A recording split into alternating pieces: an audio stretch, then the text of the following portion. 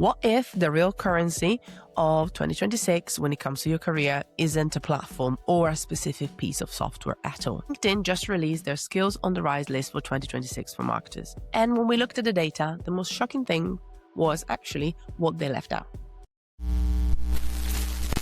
Hello, marketing rebels. Welcome back to All Marketing School. It's Fab here, founder and teacher at the school. As always, we're here to keep up with marketing so that you don't have to. So going back to the LinkedIn Skills on the Rise list, the top skills that are absolutely exploding right now have almost nothing to do with the mechanics of marketing.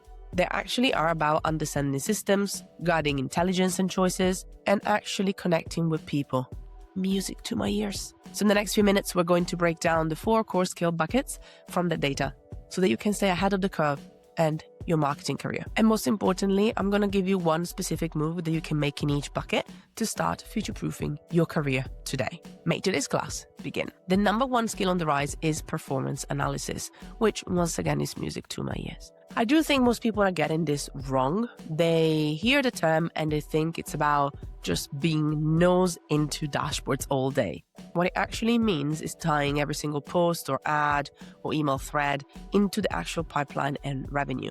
So think about it as a shift in mindset. Instead of thinking about the content that you're making, you're thinking backwards and thinking, based on the goals that I have, where do I want to put my focus? It's basically the difference between somebody reading the scoreboard and a team doctor who's actually performing the diagnostics. One person will tell you what they see as the results, but the other one will tell you exactly why it happened. So understanding and being able to communicate why you're doing what you're doing and the choices that you're making in your marketing is going to be so important. So a better understanding of words like KPIs and metrics and how they tie in with the bigger pictures and the focus that you're putting on is going to be so important. This, I genuinely believe, is going to be your 2026 superpower, because as AI starts handling more of the daily execution, your value will shift into interpreting the results and guiding the next steps. So you're kind of becoming the business translator for your company.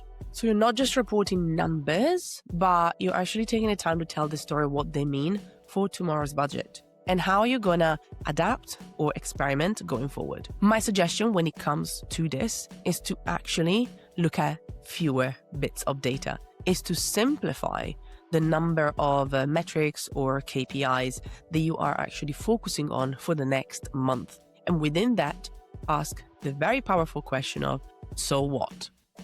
I am measuring engagement through comments on our social posts. So what? What is that telling me?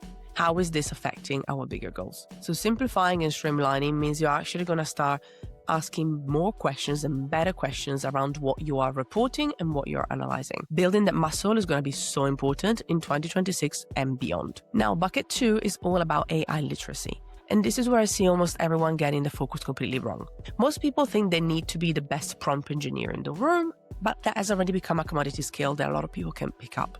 The real skill that you need to develop is being the best guide in the room. Someone who knows exactly how I want to use these tools in the marketing ecosystem. So it really comes down to understanding the deeper implication of the tech you choose, spotting bias in the data that you're feeding it, and even weighing the real cost against the value of automating a specific task. Most importantly, you have to be the one that decides when the human touch is a non-negotiable, because your job is to make those high-level judgment calls that a machine just can't handle.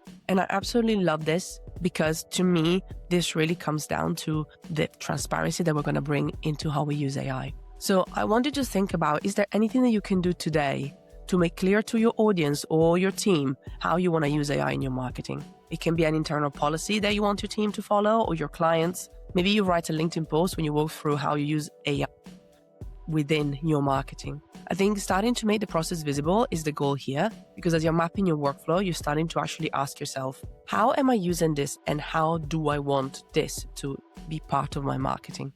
And this skill feeds directly into bucket 1, which is why it's so powerful for your career, regardless how you're going to use it. Now, this is where it gets really interesting, because the next set of skills is about the things that AI, in my opinion, cannot replicate. We're talking about community engagement that is kind of tied to the social media world. Now, this is really interesting because whether we like it or not, social media is still at the top of the skills that employers are looking for.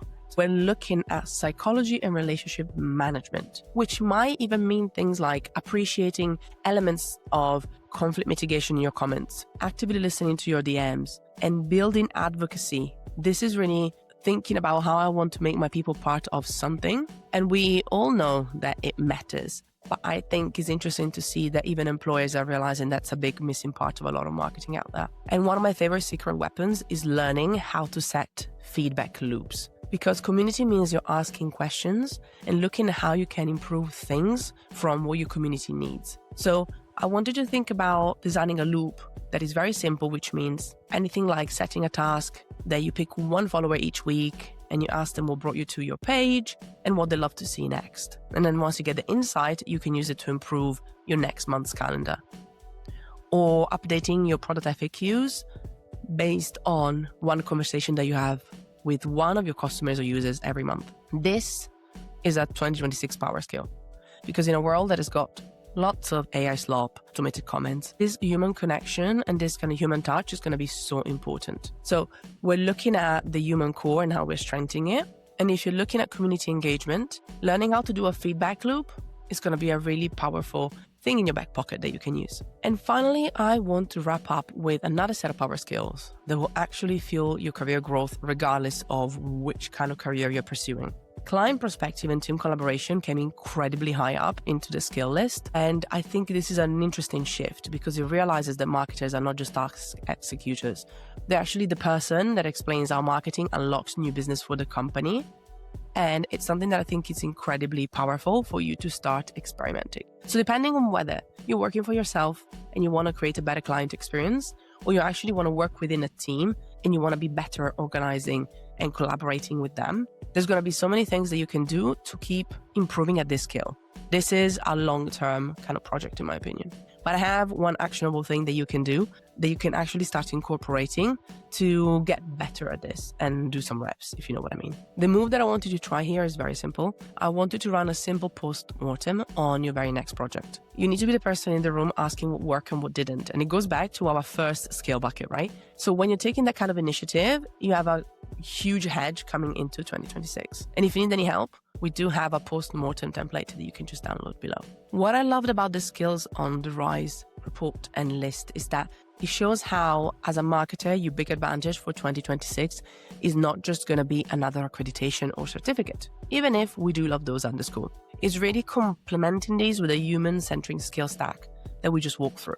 If you want more data breakdowns that cut through all the noise and to get us to give you the tea and spill the tea for you, please hit subscribe. My job is to give you time and make sure that you can reclaim it, whether you want to look for the perfectly crafted meme or set up your next feedback loop.